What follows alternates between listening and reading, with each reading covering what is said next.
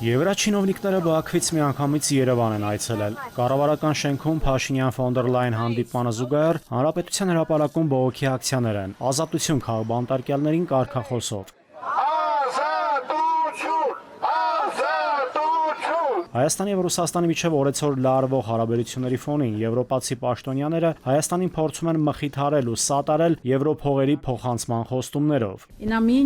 Դուք շուտով կստանաք լրացուցիչ 18 միլիոն եվրո, օգնելու, ամրացնել եւ բազմազանեցնել ձեր առևտուրը։ Այս 18 միլիոն եվրոն վերջնական մասն է այն 52 միլիոն եվրոյի օժանդակության փաթեթի, որը մենք քննարկեցինք մեր հեռախոսազրույցի ընթացքում հունիսի սկզբին։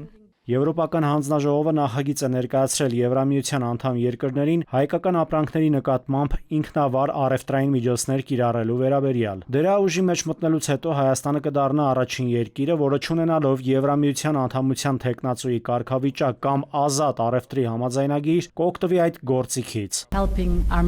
Այսինքն մեզ հետ առևտրի շուրջ 80%-ն այլևս մաքսատուրքերի ենթակա չի լինի։ Ուրսուլա ֆոն դեր Լայենն էլ հայտարարեց, թե Հայաստանը կարող է հույսը դնել Եվրամիության վրա։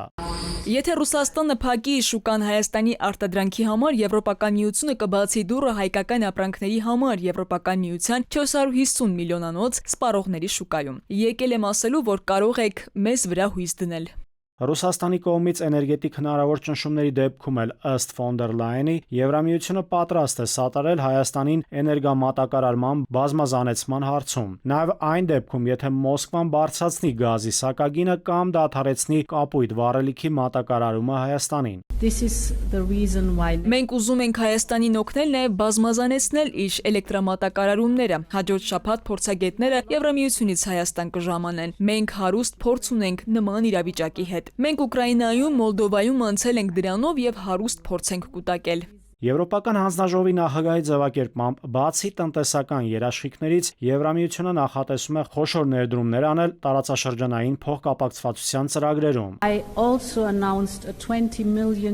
200 միլիոն եվրո ենք տրամադրել, որը լծակների կիրառմամբ կարող է հասցվել մինչև 2 միլիարդ եվրոյի։ Սրանք կարևոր են այս տարածաշրջանում փոխկապակցվածության համար։ Փաշինյանի խոսքով տրանսպորտային ուղիների ներառական ապաշրջափակմանը զուգահեռ առանցքային նշանակություն է ստանում նաև էներգետիկ կապակցվածության ընդլայնումը։ Այդ թվում հարևան Թուրքիայի եւ Ադրբեջանի հետ էլեկտրահաղորդման գծերի եւ կապակցիչների կառուցումը, ինչը կարող է նպաստել ինչպես էներգետիկ անվտանգությանը, այնպես էլ կանաչ անցմանը։ Նիկոլ Փաշինյանը ֆոն դեր Լայենի հետ ճեպազրույցում բացառեց 2013 թվականի իրավիճակի կրկնությունը։ Այն ժամանակ Հայաստանը հրաժարվեց Եվրամիության հետ ասոցացման համաձայնագրից եւ որոշեց ԵԱՏՄ ուղղությամբ գնալ։ Ըստ Փաշինյանի նման շրջադարձն այսօր անհնար է։ Առավել եւս հիմա,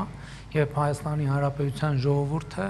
հստակ աջակցություն է հայտնել այն քաղաքականություններին, որ վարում է Հայաստանի Հանրապետությունը եւ մասնավորապես բալանսավորված եւ բալանսավորման արտաքին քաղաքականությանը։ Մյուս կողմից, սակայն ըստ Փաշինյանի, Հայաստանը երբեք խնդիր չի դրել եւ չի դնի ճգնաժամ ստեղծել Հայաստանի եւ Ռուսաստանի հետ հարաբերություններում։